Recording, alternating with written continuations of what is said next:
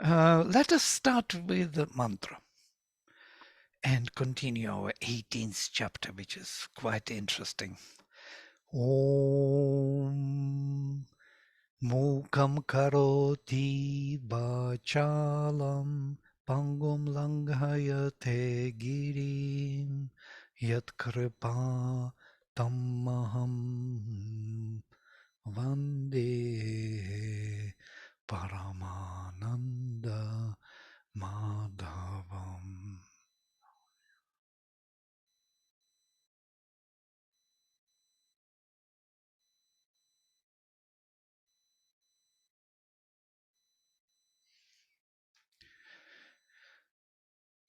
Okay, we stopped at 16, so I will start with 17.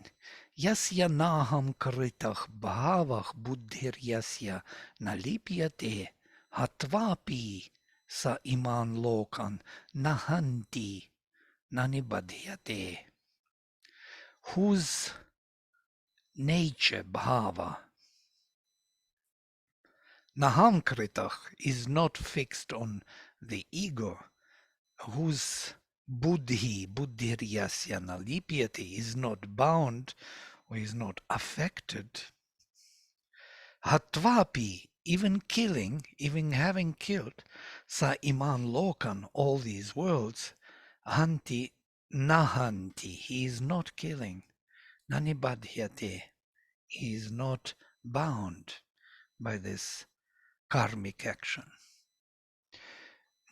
This is something of the kind which sometimes people discuss about the serial killers or professional killers. How can they survive to kill people without having any, karmic feedback, so to say? And they are trained to feel that they are just mechanically doing the work. Yeah? They train themselves not to engage emotionally, uh, so they can do it. Amazing. And it actually answers this shloka.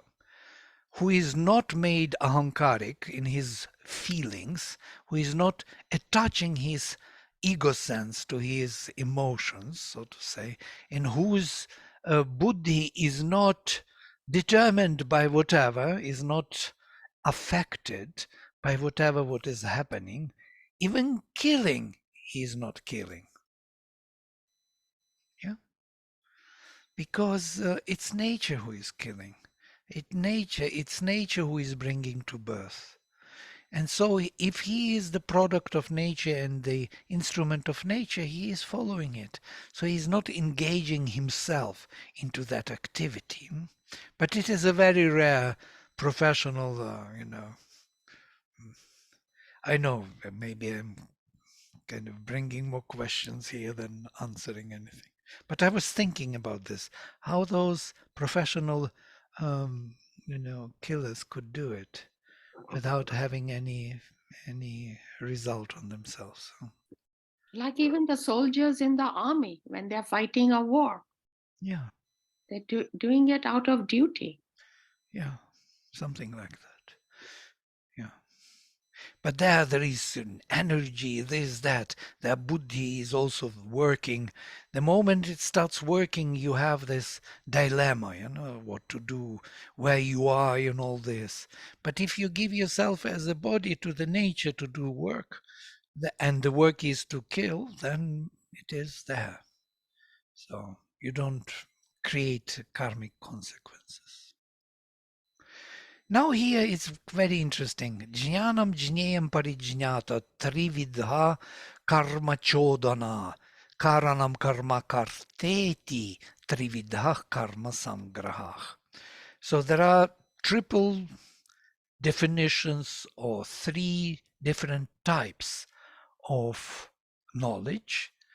The knowledge that should be known and the knower, of three kinds. We will read about them according to the gunas. and which are defining the karma chodana. Knowledge, the object of knowledge, and the knower. These three things constitute the mental impulsion to work, to action. There are again three things: the doer, the instrument, and the work to be done. The work done or to be done, that hold the action together and make it possible. So karanam karma karta iti trividha karma sangrah. It's quite interesting from the linguistic point of view, because karta is the nominative case, karma is the accusative case, and karanam is the instrumental. These are three names for the first 1, 2, 3 karakas, or the meaningful relations between different words in the sentence. So there must be karta, the doer, there must be what is to be done, karma, the object of doing, and there has to be the process by which this object is achieved by the doer. Yeah. Amazing. So it is also of three kinds.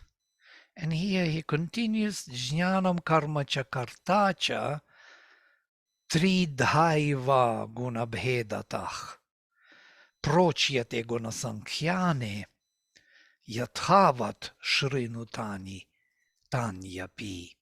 So knowledge, karma, and karta, the doer, the knowledge, the work, and the doer are of three kinds in accordance with the guna. So he will be now comparing them to three gunas. So, and listen about them. I will tell you about them.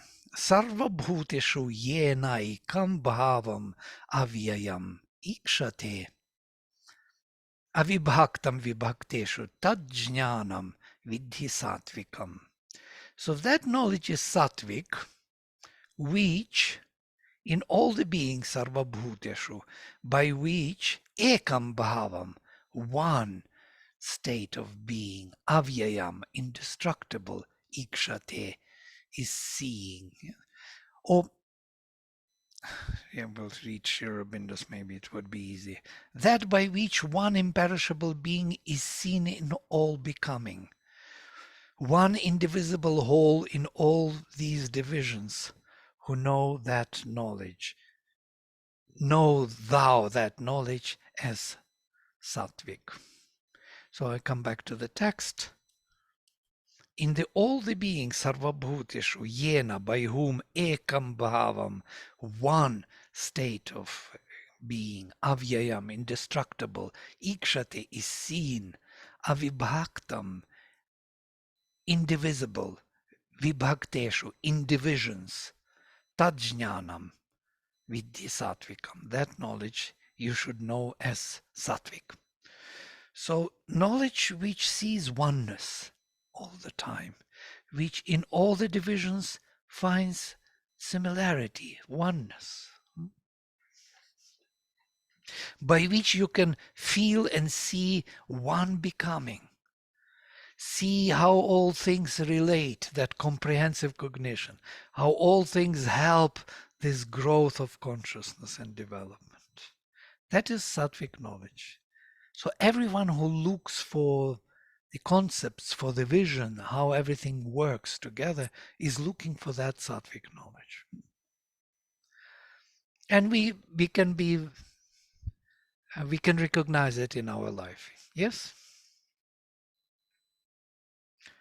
I think we know what we are talking about. Yes?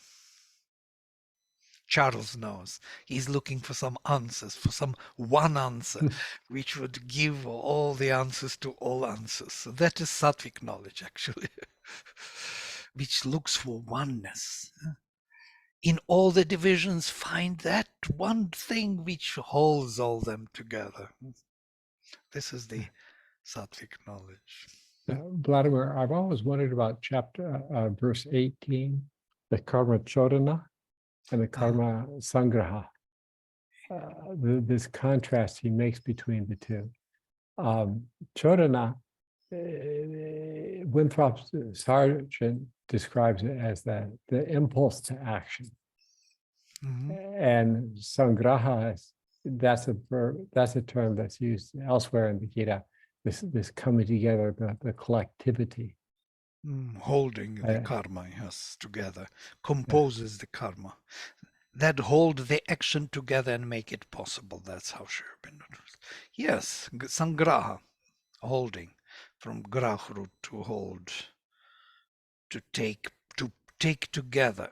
So karanam karma uh-huh, karteti, these three hold the action together. Because action without the actor is impossible, yes? uh-huh.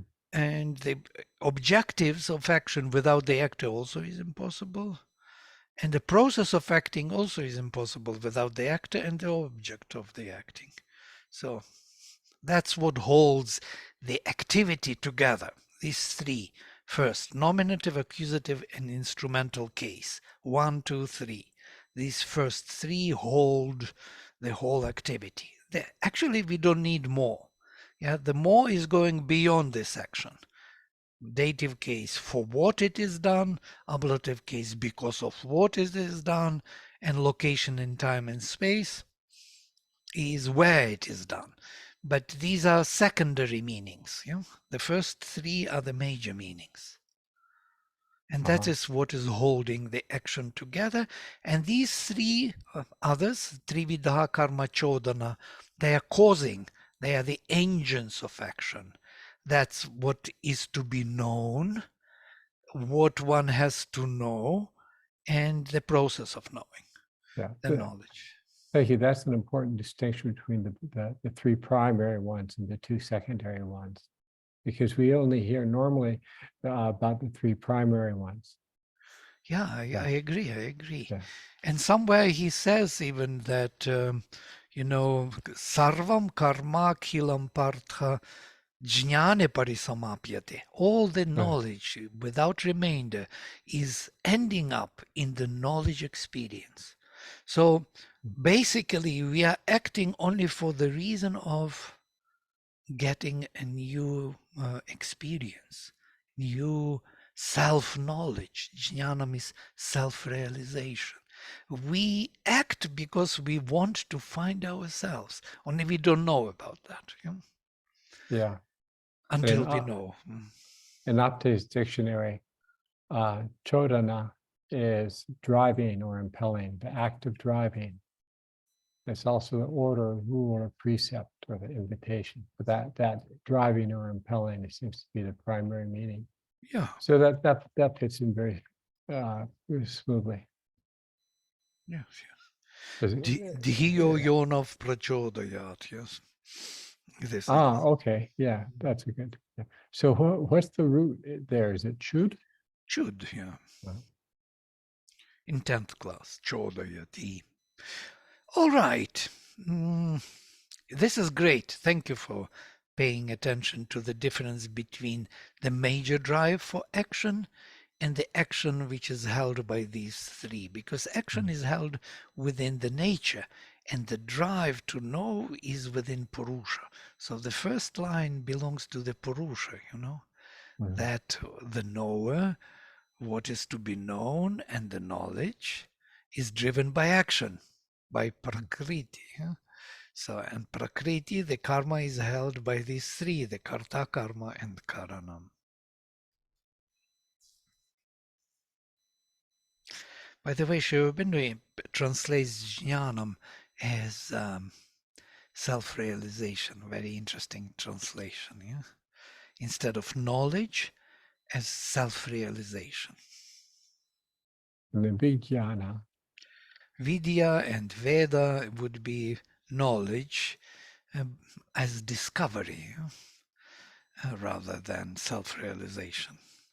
By the way, even in the, most probably we spoke about this already, but I will repeat, even in grammar, if your root jna is used as janati, you cannot say, like, for example, pustakam janami, I know the book.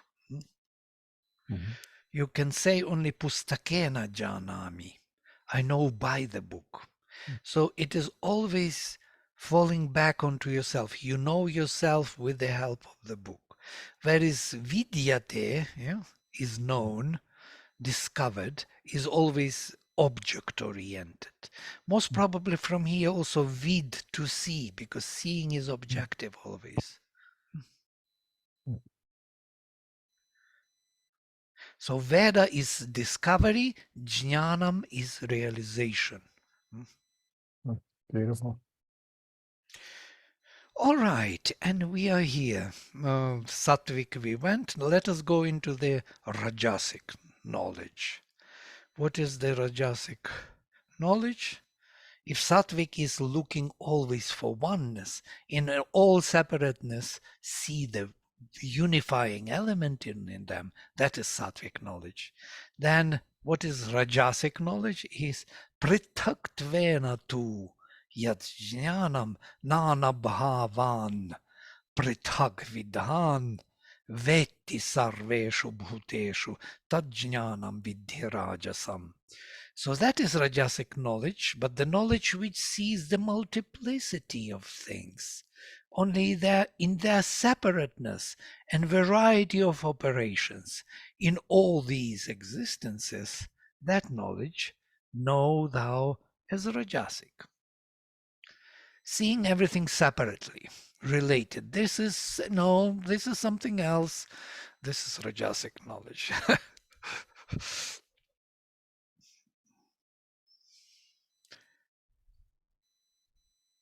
But interestingly, that is also a very big part of our knowing. It's very apprehensive in its approach.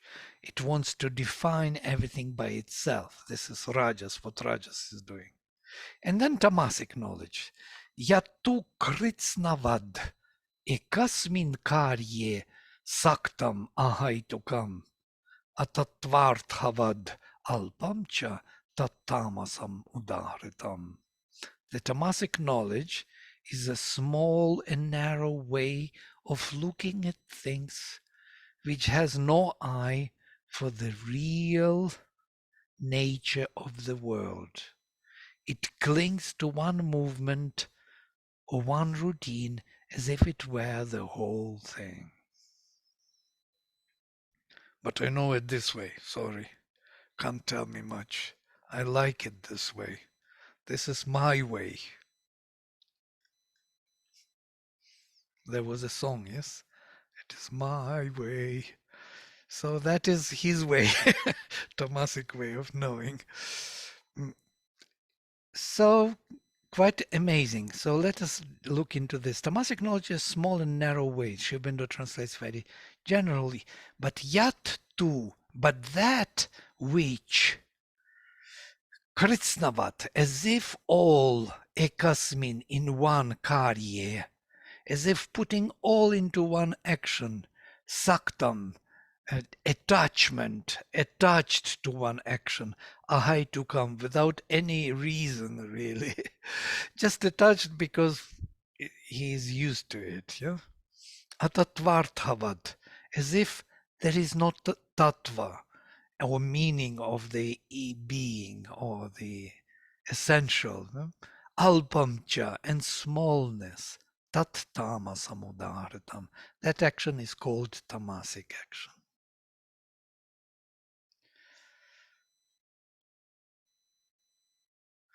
Well, it's quite obvious. One is seeking the oneness, other is looking at differences, and the other is stuck to one small difference, yeah? As if it is the whole thing. So this is the gradation, yes, from sattvic to rajasic to tamasic knowledge.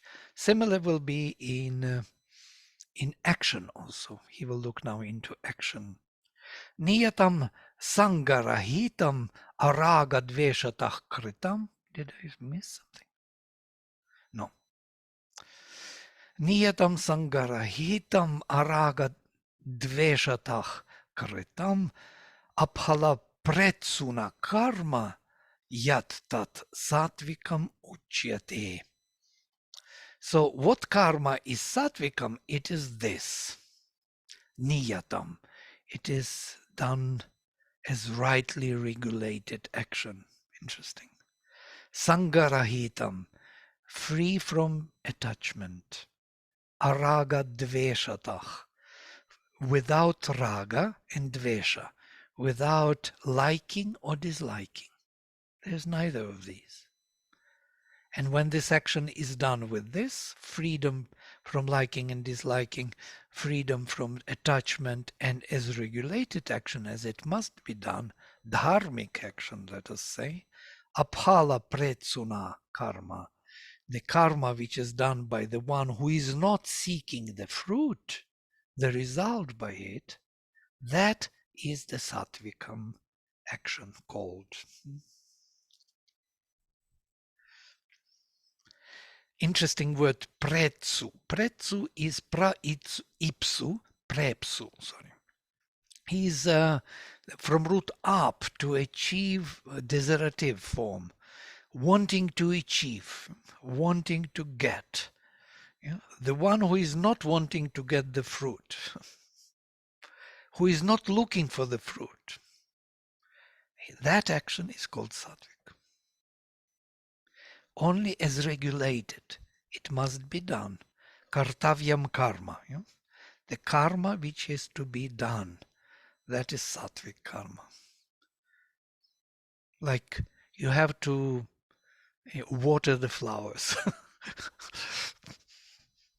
That is kartavyam karma.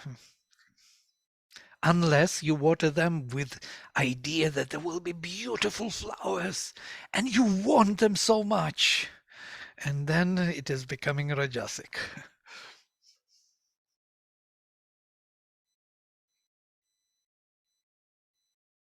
But if you think of flowers that they have to live, you may forget about them, as I forgot to water the flowers and they nearly died. And then I put too much water into them and they nearly, decayed.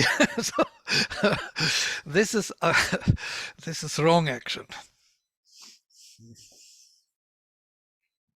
And then yattu kamepsuna karma sahankarena va punah kriyate bahulayasam tad rajasam udahritam. And the rajasic action is a bit different. But that karma action, which is done by the one who is seeking the desire, interesting. The one who is seeking the realization of desire, the karma is done with attachment of his ego again, yeah, and with a lot of effort, or with a lot of effort, that is called rajasic action. So there are sometimes people, I will do it and will get it. I will spend all my life and they get it. But that is rajasic action. Or there are some who are thinking that when I finish this, I will get my desire realized. Yeah, they will see who I am. They will, value me finally. They will give me a position, a job, a name, a title, whatever. Money. I have to work hard. This is my chance to work hard. And together with ahankara, it has to be egoistic, yeah? So you have to own it. Yes, you hear this all the time. Own your action. Where is your ahankara? Why you're so loose? Why you're so indifferent in what you do? Yeah? This is rajasic action. And there is tamasic action. Anubandham kshayam hinsam anapekshya cha paurusham mohad arabhyate karma yat tat tamasamuchyate. The action undertaken from delusion, mohad arabhyate, in mechanical obedience to the instincts, just like following the nature, impulsions and unseeing ideas, not clear what ideas, without regarding the strength or capacity, disregarding whatever they you can do with it without regarding the consequences, the waste of effort or injury to others, that is declared to be tamasic.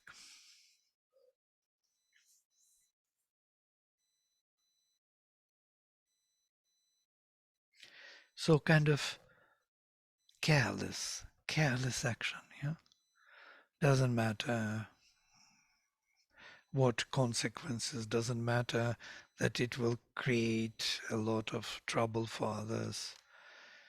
And nothing matters, yeah, because it's out of delusion from moha this action is done. Could it be referring to relationships also? You know, we start taking it for granted. Yeah. We take it for granted, and then we do not regard it. So we just do everything automatically and for our own self-satisfaction. And if the other person is not playing the part we want them to play, then things fall apart. So that's a tamasic relationship. Yes. And many times spiritual people kind of fall into this tamasic relationship. Yes. This is the disease of many. I can say about myself the same thing. Because Rajasic requires a lot of energy, ego, demand from others to be something, to be oneself something for others, There is more energy in it. By the way, Sri Aurobindo qualifies that Rajasic is higher than Tamasic, yes? So it's better to be egoistic in action and relationship than to be this, amorphous something, which is good for nothing. Yes, but spiritual people, because of that sattvic kind of value of what sattvic was defined, but he is niyatam karma, yes, when it is karma done as regulated action. And also it is very difficult to see whether, because I can just self-justify that it is regulated. It has to be done. Yes, like me with flowers. This is exactly good example. I was given flowers to take care of, and I forgot many times to put water into them. And then they dried up, and I put more water, and they started to decay.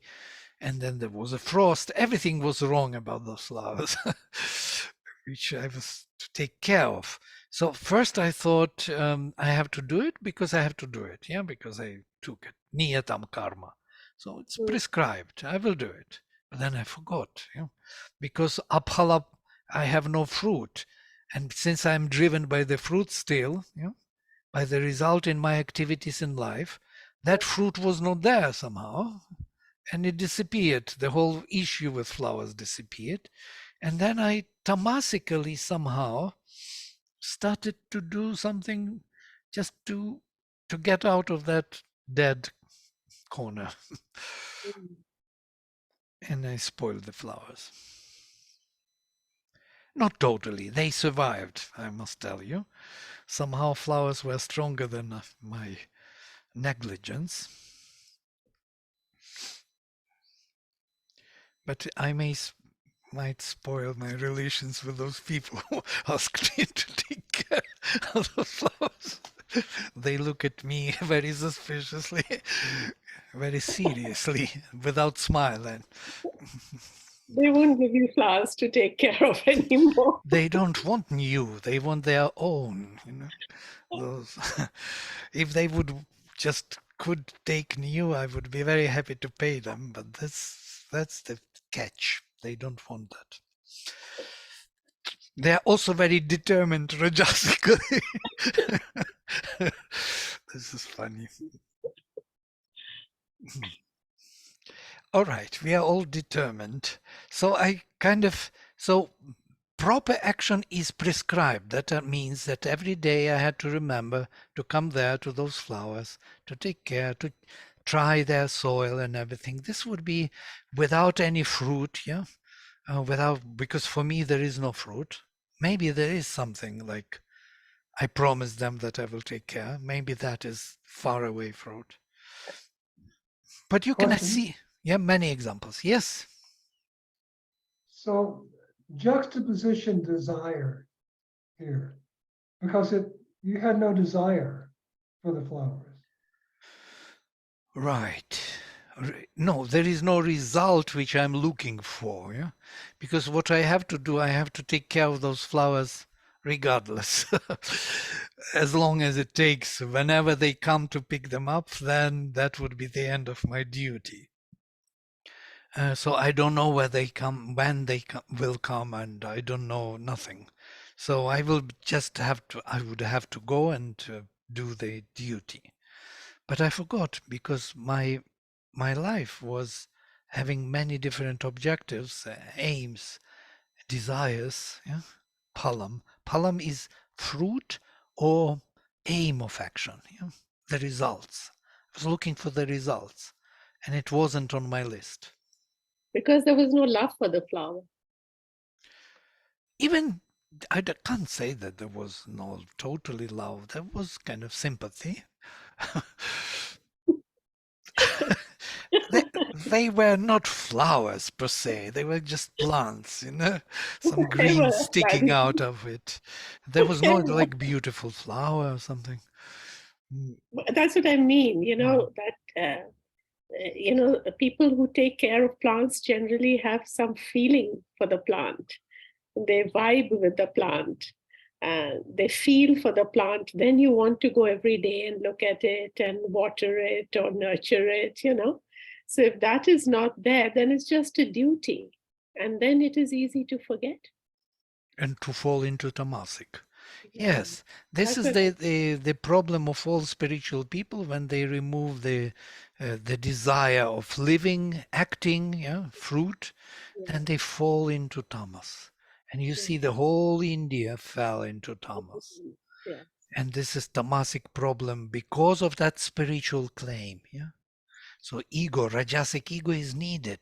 It has to be in its place. It's a very profound topic, by the way. Not easy to have one best answer. Of course, sattvic would be the best solution, but for that you have to be really, I don't say, you have to be in another state of being, yeah? Free from any attachment. Well, if flowers would be in my room, I would see them every day, and most probably I would be sattvic with them. But since they were in another room on another floor, so I forgot about them. Just forgot. The other is that if you are, like you said, it's a very high state, it's very different. If you are in the spirit, then you are reminded from within. You don't forget. Right. It comes to you at the right moment that you have to water the plant. Right. Actually, it's quite interesting because Radhe was reminding me several times because she remembered that, but not because maybe of plants, because I think we are similar in this sense, but because of what we promised to these people. Yeah, she is more rajasic in a way, and she had that kind of responsibility, sense of responsibility, which I didn't have. I had this sattvic sense of responsibility, which is very lofty, and she had that more concrete. And if she would not remind me a few times, they would most probably would be gone already. But you can give your examples of 3 different actions of rajasic, sattvic, and tamasic. Yes, if you have some. I gave you my flowers, but there are many more, much better examples, most probably. I remember when I used to work with children, there were days when I could just be with the children and lose myself with them completely. Mm. And I didn't think that I had to teach them a lesson or get to a certain lesson plan. We just enjoyed being with each other, and the learning happened naturally. And Wonderful state. I know what you mean exactly. Yeah. Mm. And then there were days when I just felt I didn't feel like going to the classroom. And, that was the tamasic state, and I had to drag myself in. And then it was a chore to be in the classroom, and I got irritated easily. And I knew that that was happening because I was falling into tamas. And that was one of the reasons I decided to pull out of the classroom because I was not being useful. I Mm. was not, doing my service in the right way to the children.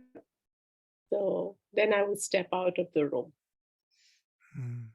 But just an example. Mm. Question for Jayashree. Pardon? Yes. Yeah, a question for you. Were you aware of the distinction between sattvic, rajasic, and tamasic? Or you were just aware that there were different states? And you Yes, didn't have different states.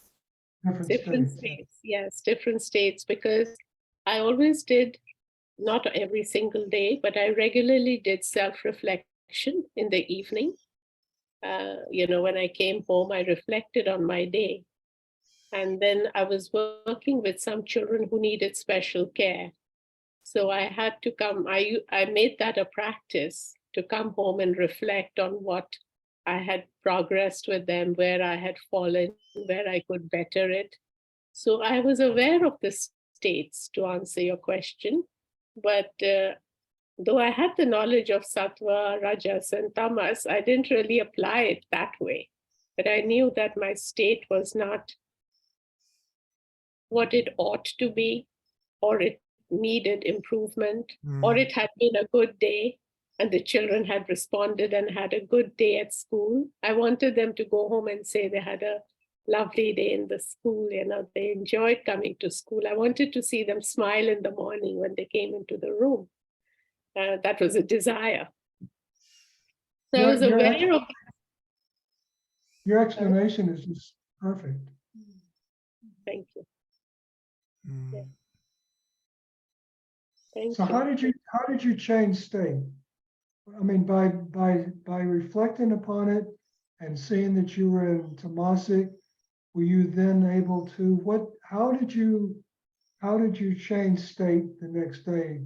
Yes, that's a very good question because the next day I always thought that this is a fresh day given to me, and it will Uh, depend on the choice I make what I want to turn the day into.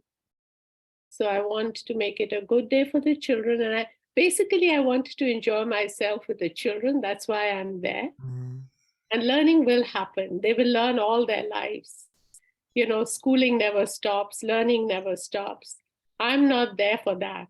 I'm there to nurture and to develop in them a love for learning. Mm. So Beautiful. I would just try to play that part. I remind myself constantly and bring myself back to that Mm. state that they are So children.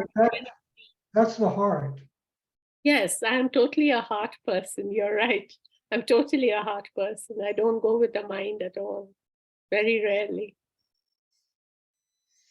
Mm.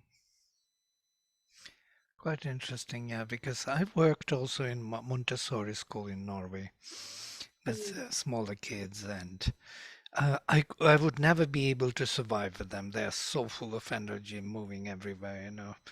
And you have to be very centered in a way. You have to keep your ground. And it is nearly impossible unless you do some trick. Yeah, you have to.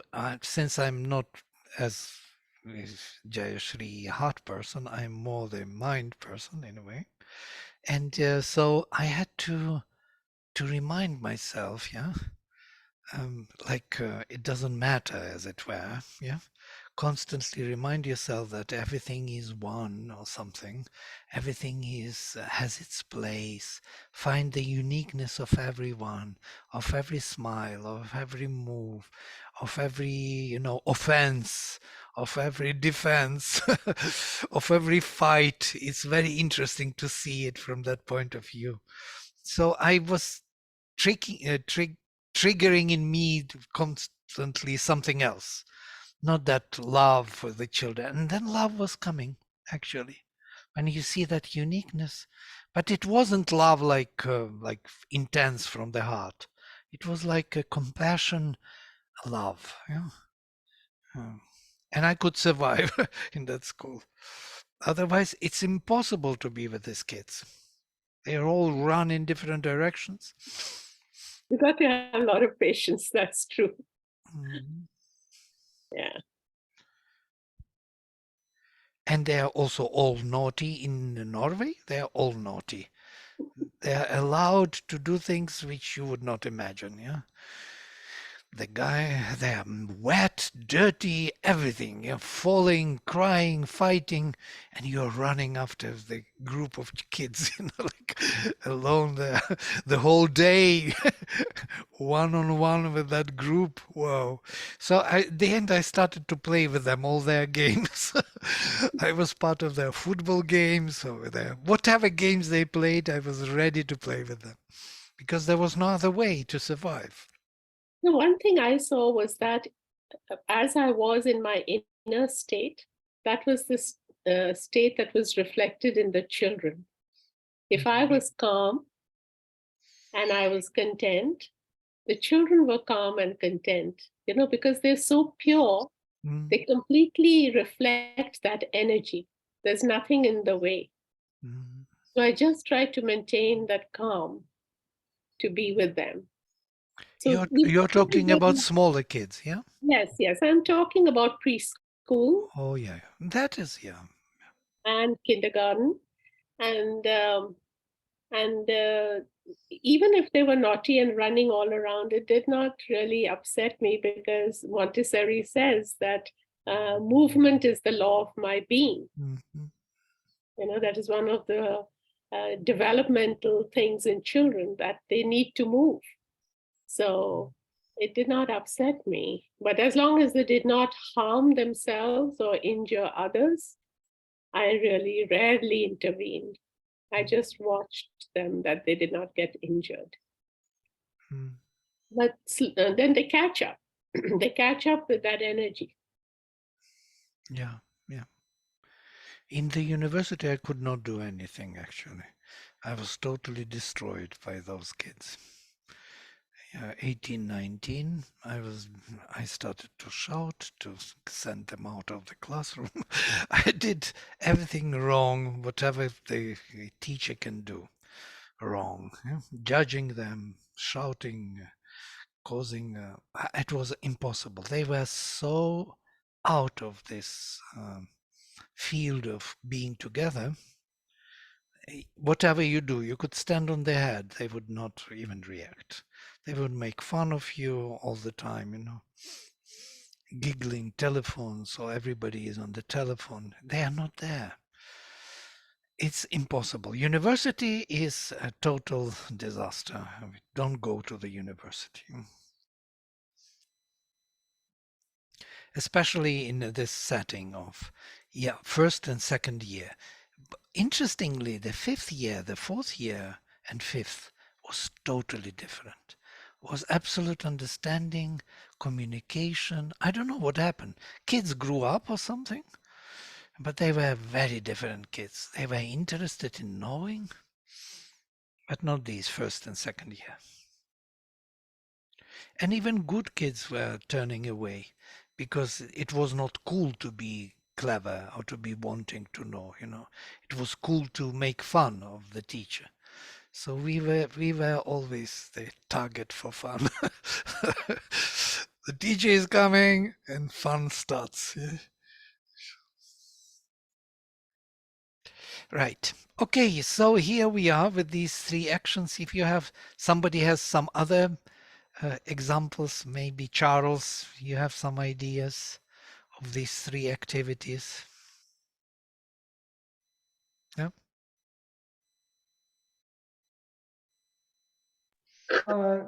This No, will be I'm, a good exercise to do every day, I think.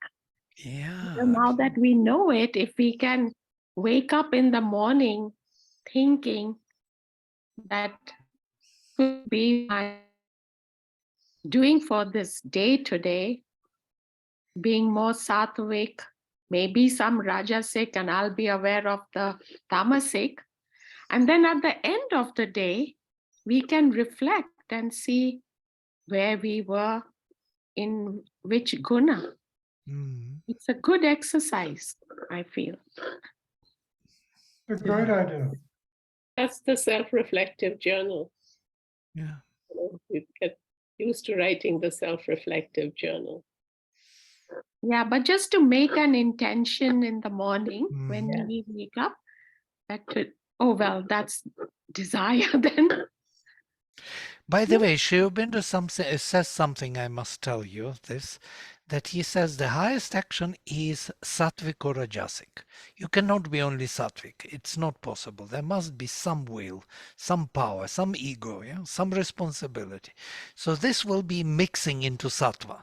And this is good. It's a very good thing. It drives sattva. It charges sattva with some energy which it needs. Otherwise, sattva will fall into tamas. This is what happens to all the spiritual people, so to say. Yes, Charles, you wanted to say something. I thought that was a good idea about reflecting on the day. But what I'm not clear on is how does sattvic fall into tamasic? I don't understand that. When there is no enough rajas, then sattva loses its kind of energy. Yeah? Sattva needs energy. There was a very interesting, in occultism, it's a known thing which is called the triangle of Fabre d'Olivier. This is a French mystic, and it's very close to this what we are discussing here. On one side, you have free will, the fire. On the other side, you have the karma, the destiny, the rock, which is water, fire and water. They exclude each other. Yeah? That means rajas and tamas. They don't go together. They are in opposition at the bottom. And on the top, there is a providence, which is sattva. So he describes it in this simple way. The water put on the fire evaporates. Yeah? So the evaporation is sattva. It feeds on both. Yeah? But it is an equilibrium, a balance between the two opposites, free will and the given context in which that free will has to be exercised. When free will fights the rock, the destiny, if it is stronger than the destiny, it wins. But it requires a lot of rajasic energy, yeah? The same as it is here, with a lot of ahankara, with a lot of effort. Yeah? But when the karma is stronger than the will, then whatever you do, karma will take over and you will lose energy. You will lose all the effort. This happens also. Yeah? But when the providence, and providence is the divine providence, is on the side of the free will, then you win any karma. When the providence is on the side of karma, no will can win the karma. Amazing. Yeah? Such simple things, three things put together. So this is some kind of a guidance for us to understand that sattva cannot sustain itself by itself. It needs energy, or it needs the support from above. That means of the witness, Purusha. If we already get some sense of spiritual presence, then sattva becomes the outcome, not the means to reach to that. Yeah? Then sattva becomes the result of our awareness, yeah? Which is possible also. But if we don't have it, then we have to see and learn about it. We have to learn. It's our learning time. Yes, we do the action because we want to learn about ourselves. Some people are naturally sattvic. Yeah? Others are naturally rajasic.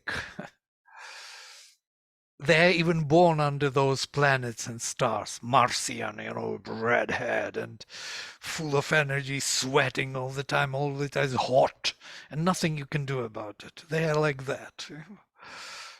Others are more tamasic, like kapha, dominating, yeah, more steady. They are not in a hurry to change things.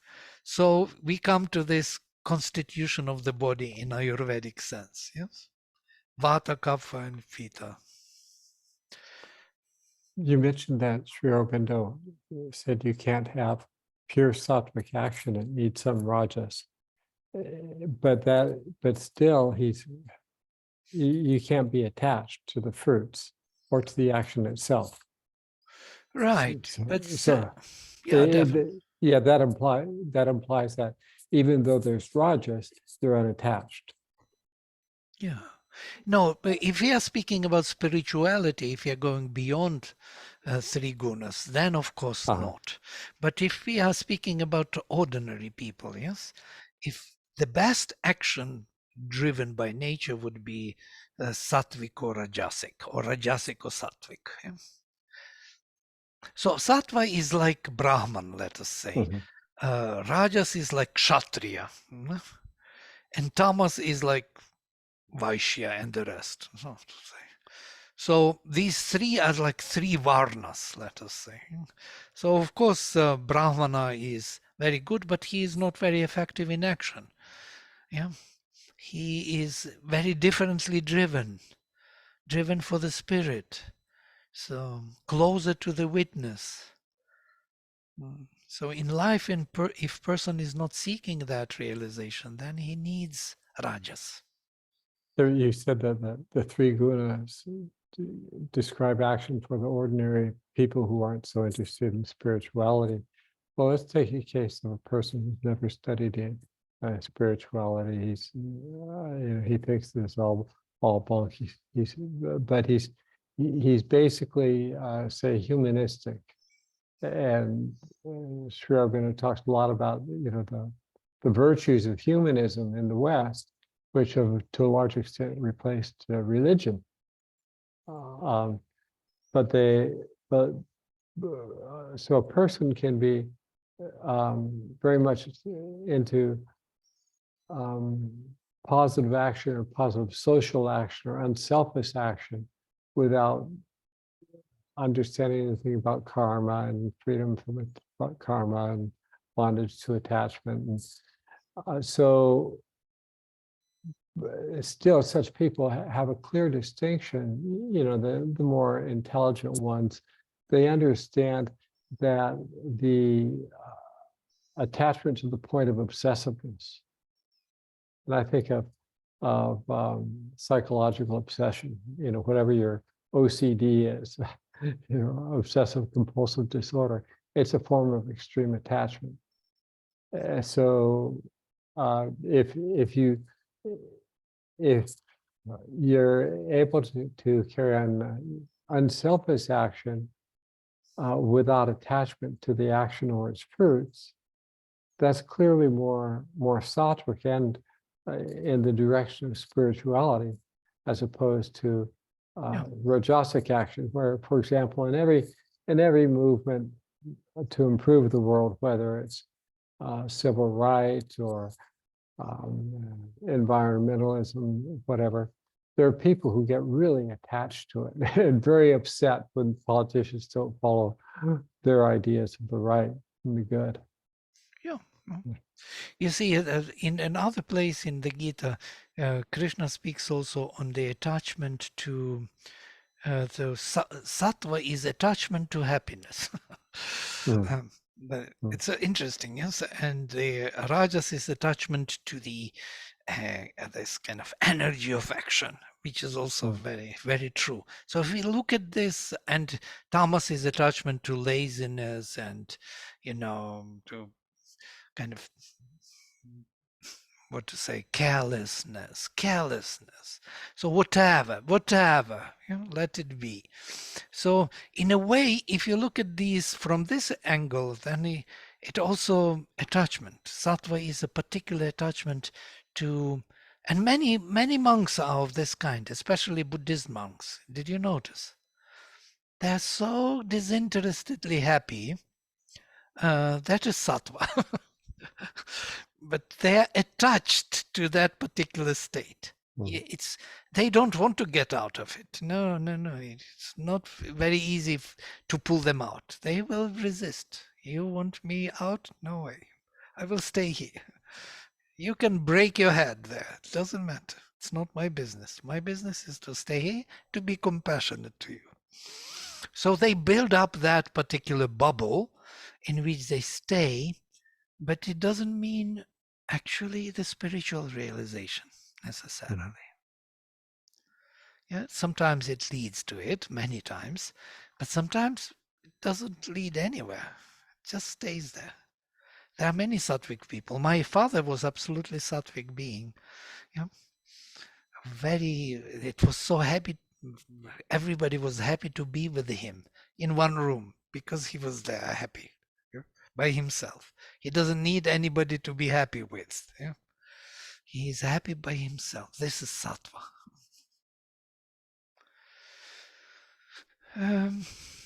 All right. Okay. Sorry, we are over time. Let me close with the mantra.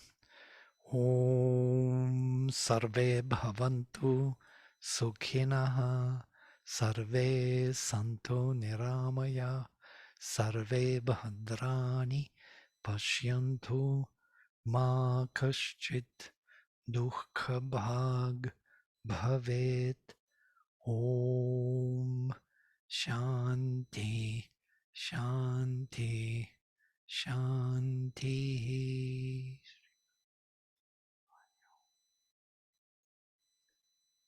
Anyhow, there will be now karta from the sattvic point of view, from rajasic, the doer. The doer also can be of three gunas. Quite interesting. Not only the action, but the actor. Next time we will take it up. And if you can start tracing back what you asked, Charles, actually I'm thinking about this all my life. I can notice that I am now tamasic. I can notice that I am now sattvic. This terminology settled down with me, and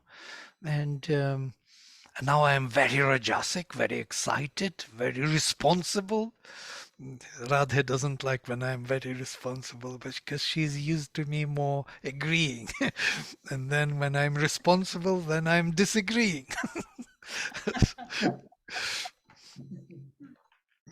Well, do you think that this large amount of the Gita devoted to the three gunas is to help us develop a sense of reflection and self-reflection? Absolutely. Yeah. It's about knowing oneself. That's jnana. We know ourselves through action. Only in action we can really find out who we are. Jnana, self-realization, comes through action. Action is for that purpose. And Gita is using it totally for this, yes. Great. Okay, so thank you and good night, everyone. And see you then next time. All right, thank you.